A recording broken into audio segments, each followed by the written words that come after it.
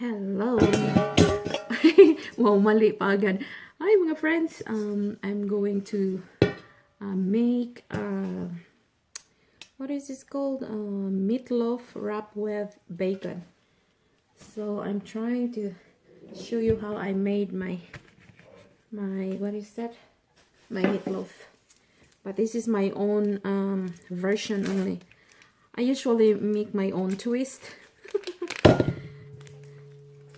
Ayoko yung parang simple lang kasi para naman medyo sumarap ang baga.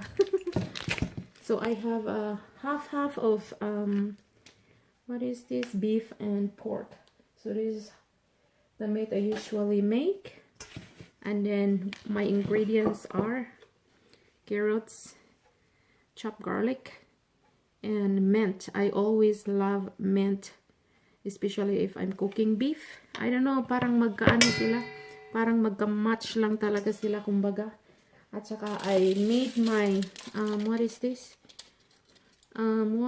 called? I don't know how I explain this kind of kasi sa amin parang binanig ito eh.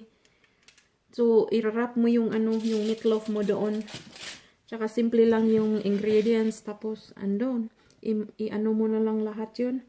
So isang egg din para meron kang binder. At saka I usually use bread instead of breadcrumbs because it's more moist and tender. Basta yun lang ang na-observe ko. So bread ang ginamit ko, like real bread, and then sometimes I put a little bit of milk para lalong sumarap. Yun ang ingredients ko ng meatloaf ko. So I'm gonna show you. Kasi meron pa akong nasa na mint. Kasi gusto ko to kahit sa ano ba yun? Sa kung magli-lemonade ka, i-ano mo lang doon sa mo yung mint, palutangin, ano ba yun? Ipalutang sa ay naku, masarap na siya. At saka yung ko, secret magic na nagpapasarap. So mix ko lang sila lahat dyan. So para magmo-moist, lagyan ko siya ng konting milk. Saglit, kunin ko muna. So kunti lang talaga, kunti. Para lang siya ma-melt. Ay, ma-melt? Ano ba yan? Ma-mix sa na parang saka ilagay ko lang lahat yun. Kaya hindi ko na chinap yung itong pala, itong mint, para mabilis lang siyang kukunin. Kasi yung mga babies ko, pag alam nilang merong something sa sa food, ay hindi nakakain yun. Kaya ginanito ko na lang para kung kami ni Norman, kung mafe-feel namin yung leaves ng mint, na lang namin. Talagang kung huhugutin na lang. Yun ba yung term? Saka a little bit of what is this called? Pepper. And then ground garlic. Kasi ayokong maglagay ng ng fresh one kasi makain na naman maano na naman ng mga junakis ko at hindi na naman kakain. So yun lang, mix lang lahat. I-mix mo lang. Napakasimple nito. So ako may laging tinitwist ko siya instead na crumbs. Lagyan ko siya ng real fresh bread. Kasi mas maganda yung pagka-bind niya. Kung na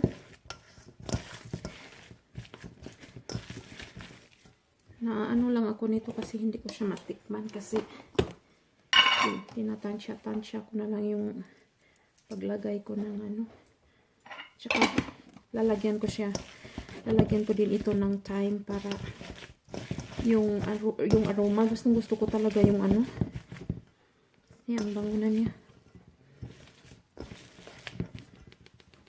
Lagyan ko pa ng mint leaves. Kasi parang nakuntian lang ako. Saglit. Kuha ako ng time.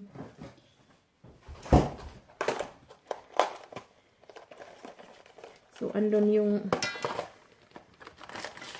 mga kids ko sa basement kasama ng daddy nila.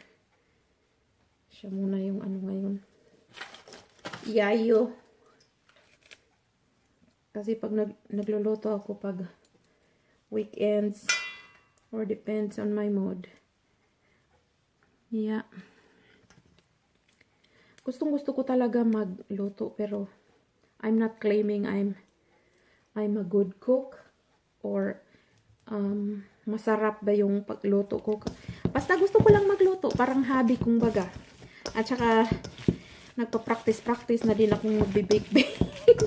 Mag-bake kung baga. Yung mga simple lang naman, yung mga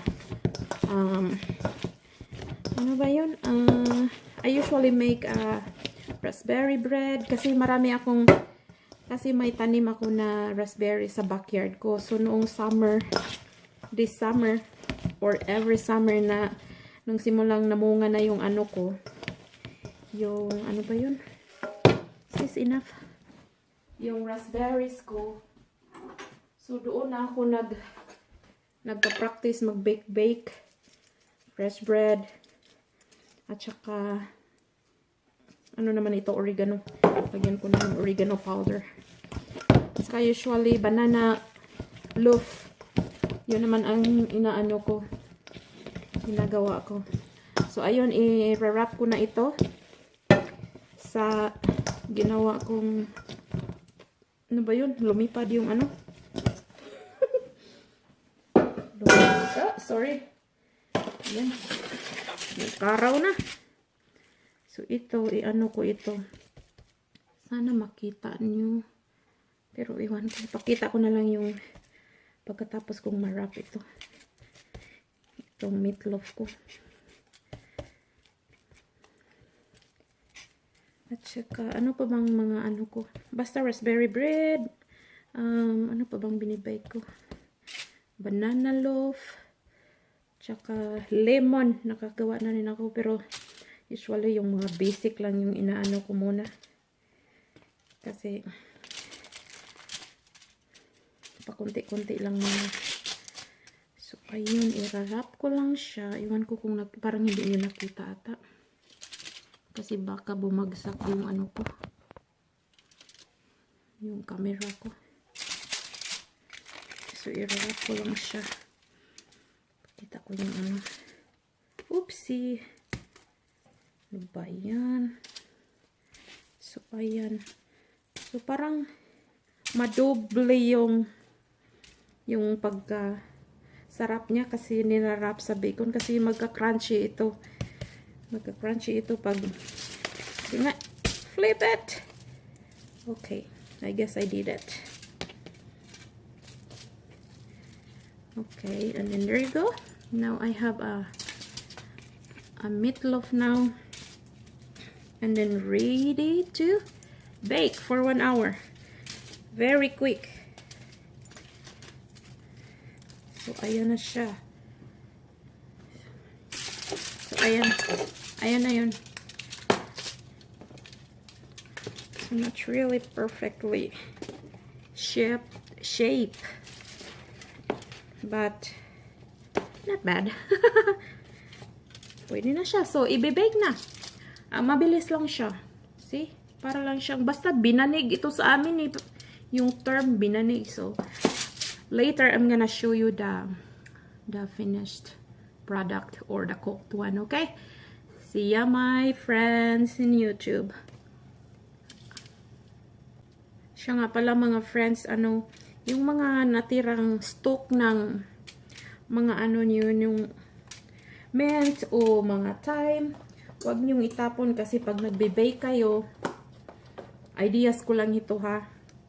Kasi pag ilagay niyo sa ganito, ito yung mga leftover na stock ng ko. ng mint at saka thyme. So, ilagay ko siya doon sa ano para, ay nako, yung bahay nyo ang bango-bango. Ang bangong herbs. Parang, meron kayong garden of herbs. So, ito mga ginagamit ko. Tsaka minsan lalagyan ko din ito ng ano ba yung lemongrass? Ano ba yun? Tanglad. Sus, ang bango ng bahay mo. Okay, sige. I-bake ko na siya. And then I'll see you later. Hi. Hello. Hello. There's Daddy and Kuya Sitsit. They're watching Paw Patrol. Yeah. So we're just waiting here for our supper. Because it's still in the oven, right? Yeah. We wait for supper time. You wanna dance too? Okay. Go. Down. You go dance. Paw Patrol. Hi. Is it our food is almost done? Yeah. There. That's our what's that? Meatloaf. Almost done now? Can you wave to the camera? Good job. How about flying kiss? Can you give a flying kiss? Just look at our counter. It's so easy. Yeah. Can you wave? Hi. This is curious eye. Hi. Oh, did you bump? Did you bump your head? I see you. I see you. Can you flying kiss? Can you flying kiss? I guess that is done now, baby girl. That is done now. Okay, I'm gonna check it out, our food, so that we can have supper. So, tapos na. Tapos na. Luto na siya, mga friends. Tignan niyo. See? Luto na siya. So, ayan. Crunch. Oh, parang ano na siya. Ano ba yung pangalan? Parang nagiging crunchy na rin siya. Yung parang pina-fry na din. Tsaka yung oil niya nagdi-drain na rin doon sa ano, sa baking pan. So, ayan na. Yung finished product. It's cooked. And then, gumawa ako ng gravy. Gravy yung ginawa ko. Kasi, ano, pag glaze sana, pero parang ayaw ni Norman nata ng glaze. So, we decided, I end up making a, what is this? A gravy with, what is this called? Garlic. Ay, onion. So, ayun. White onion. So, ayun. Kain na tayo. Manihapon na ta. Luto na. Time for supper. One more look. See? That's easy. Easy and quick. So, kakain na muna kami ng supper, guys. Thank you for watching. If you like this video, you can hit the like. And thank you for watching. Bye!